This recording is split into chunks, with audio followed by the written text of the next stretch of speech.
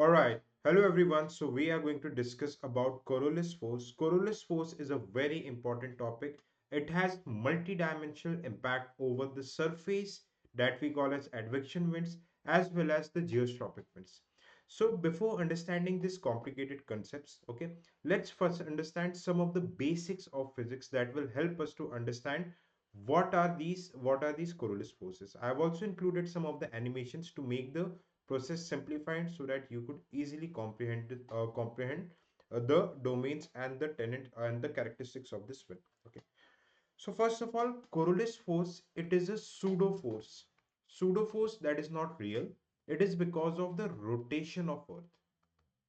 Okay, it is because of the rotation of earth. Okay, as we know, earth has somewhat geoid and spherical shape. Okay, from the radius, okay, let's see this diagram. Okay, let's see this diagram. Let's suppose this is the center of the earth. From the center of the earth, okay, the radius is maximum in equatorial region, okay, and the radius is minimum in the polar region. Okay, now let us try and suppose we are drawing this circle. Okay, earth is a circle.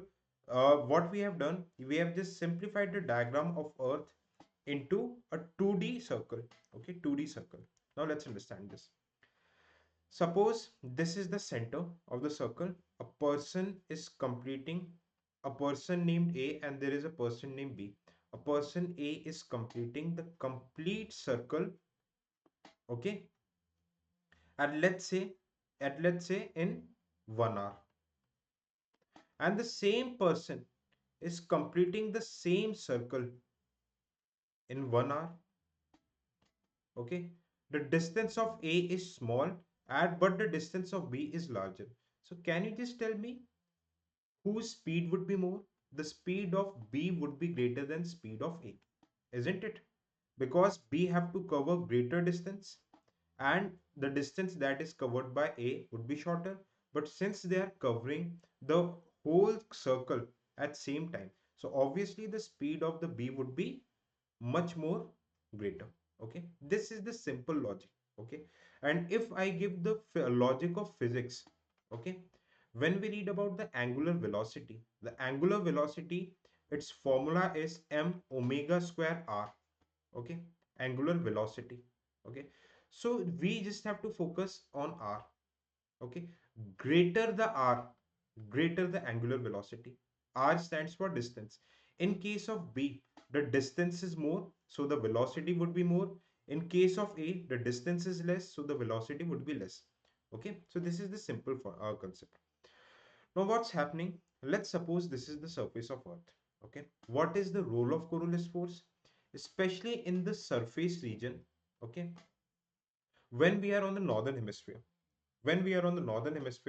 what this wind is doing, it is deflecting the wind in the right hand direction, and in the southern hemisphere they are deflecting the wind in the left hand direction. It's just because of the rotation of earth.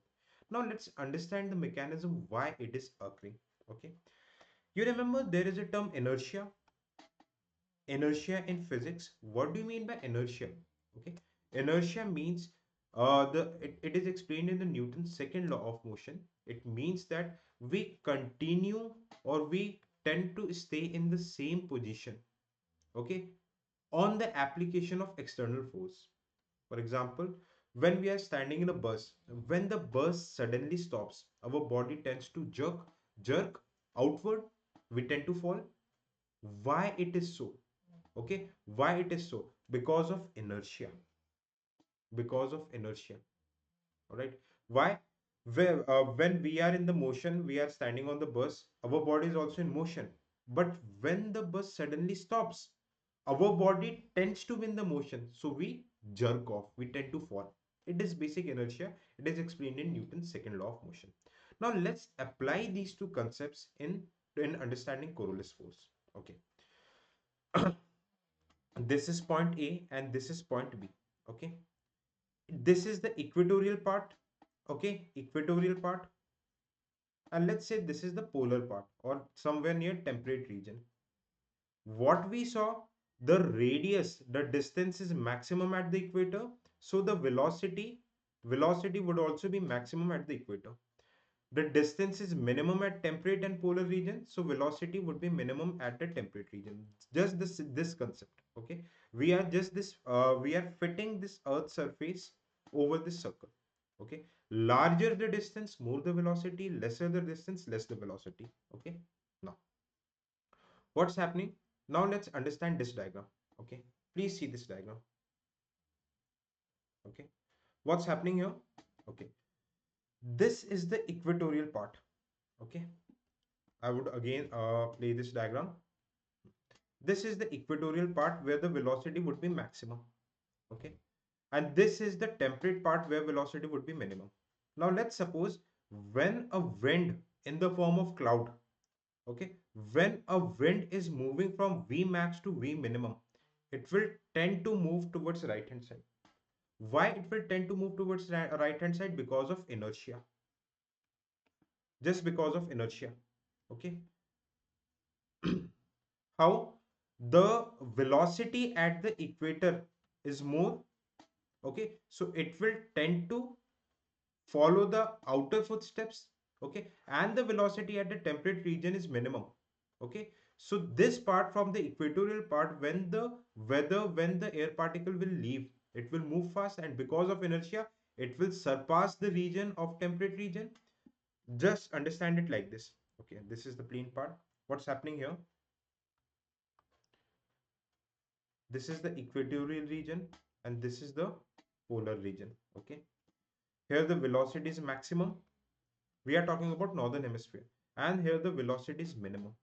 Okay, when the air moves from this part to, okay, from equatorial part to polar part, the air is originating from high velocity area, and just because of inertia. What does inertia says? That body tends to continue its state of motion, its original state, when an external force is applied. That means when the air will move from equatorial to polar region, it will have high velocity, so it will move in this direction, northeast direction, forward direction. As compared to E, the P has low velocity. Okay, and the winds are moving in this side. Winds are moving in this side. So this wind, okay, so this wind, V max to V minimum, it will tend to move in the forward direction. As it is moving forward, due to inertia, it will try to maintain its original state of motion. Similarly, okay, similarly, if the wind is here, if the wind is originating from this part, from polar part, and coming to the equatorial part, what will happen? The wind is moving in right hand side. It has low velocity, so it will move backward because of inertia. This part is fast, this part is slow, so it will move backward. Again, you can see, if a person is standing here and looking downward, it is right hand side, and this is again right hand side.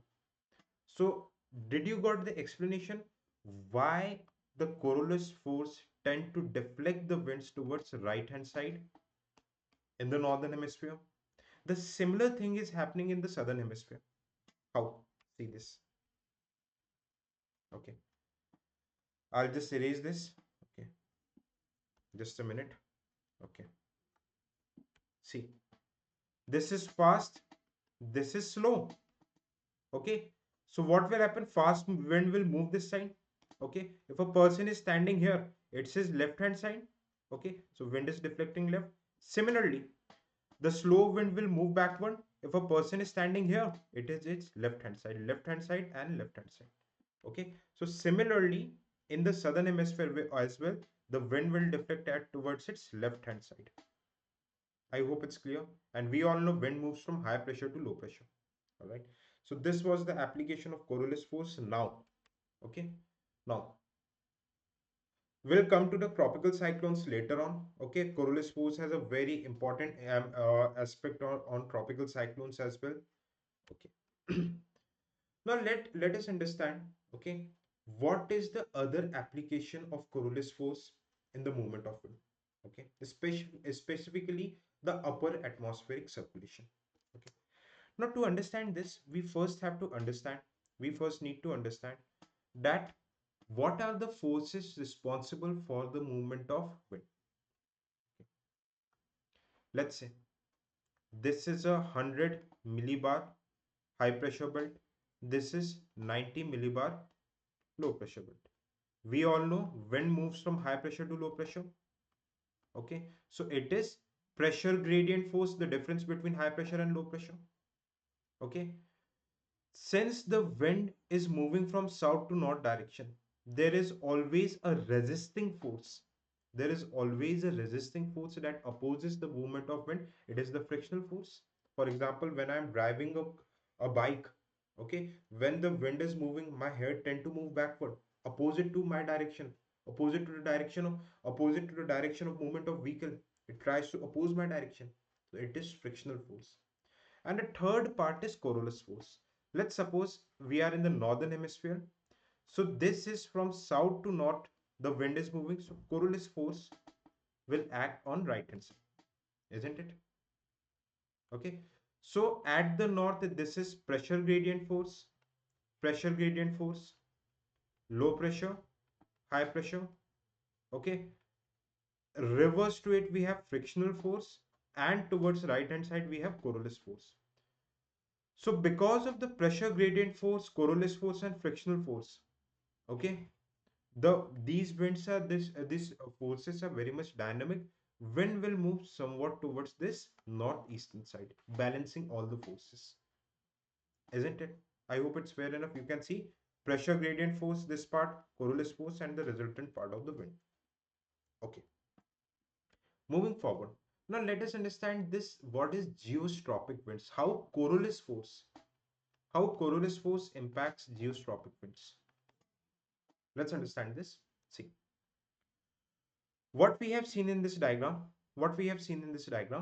okay, let's say this is 1500 millibar pressure, high pressure. I'll use a different color. This is high pressure, this is low pressure. Pressure gradient force is from high pressure to low pressure, PGF. Okay, and see, let's suppose this is the pressure gradient force. Okay, it is northern hemisphere.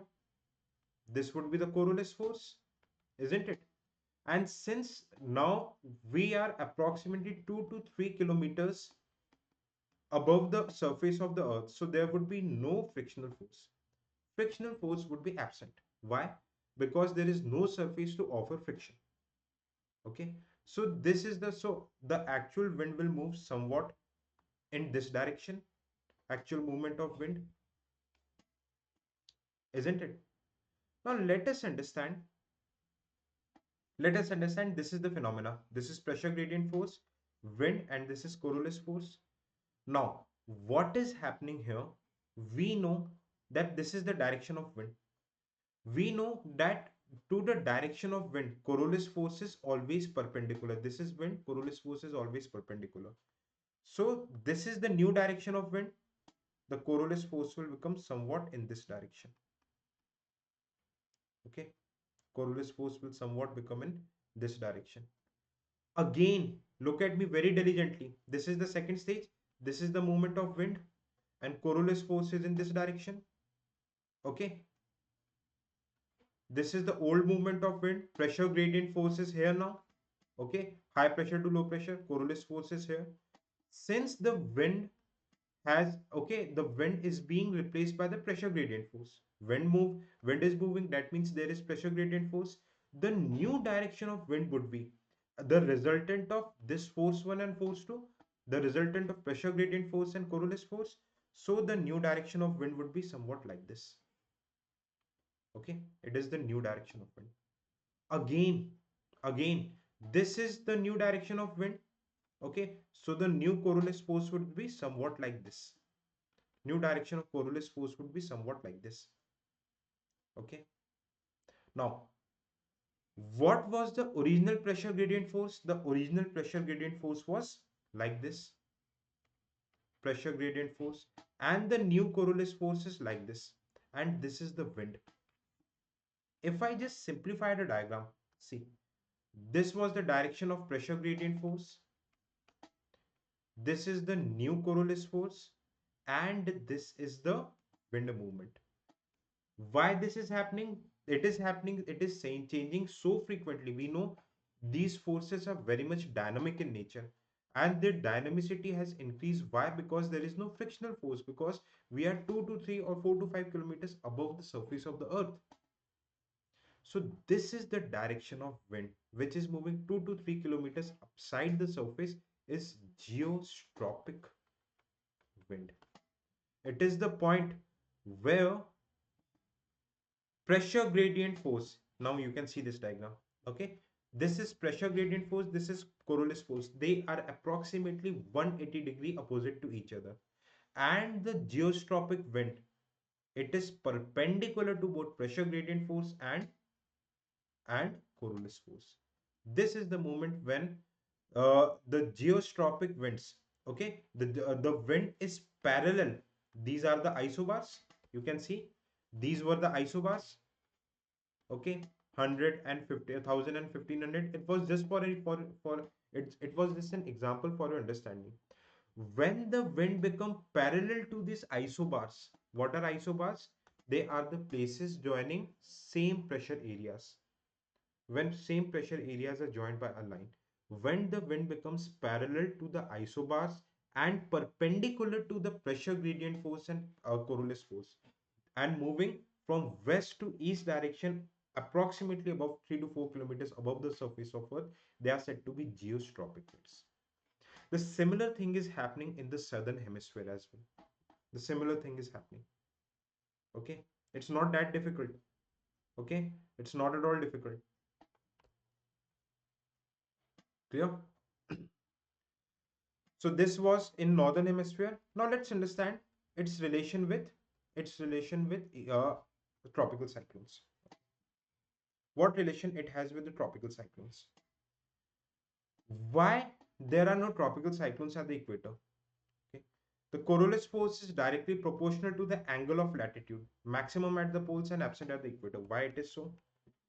If you calculate the force, okay, Coriolis force stands for F sine theta. Coriolis force stands for F sine theta. Okay, it is the mathematical formula of Coriolis force. Clear? This is the pressure gradient force. Let's say this is the pressure gradient force. Why? This is Coriolis force, as you can see here. This is the Coriolis force. Okay, this is the pressure gradient force. So this angle is theta. Okay, so the resultant direction of wind would be, Coriolis force is F. The resultant direction of wind would be F sine theta. Okay, basic physics. We read these physics in 9th, 10th class. F sine theta. Okay, if the angle would have been this, the resultant force would be F cos theta. Basic 10th class trigonometry it is. Okay, now if we see the values, okay, if we see the values at equator, the theta is 0. F sine 0 at equator would be 0. Therefore the Coriolis force is 0. And we know that for cyclones, Coriolis force is very very important for anti-clockwise and clockwise movement. We know the for anti-clockwise and clockwise movement, Coriolis force needs to be there, and this swirling movements is the precondition for formation of cyclone. Since there is no Coriolis force at the equator, there would be no cyclones, tropical cyclones at the equator. But tropical cyclones would be maximum on polar region. Why? Because if it is F sine 90. Sine 90 is equivalent to 1. It is equivalent to F, the original Coriolis force. So here there would be maximum Coriolis force. But we can only get tropical cyclones from 10 degree to 30 degree, somewhere between 40 degree at max, because it is the region beyond 40 degree. There is also the dominant factor of air masses that creates, what does it creates? It creates the process of frontogenesis and temperate cyclone. Okay, so we'll understand the concepts of cyclone in detail, okay, in the lecture of cyclone. Our today's topic was Coriolis force, so we will just confine our discussion to the Coriolis force. Thank you so much, Jatin.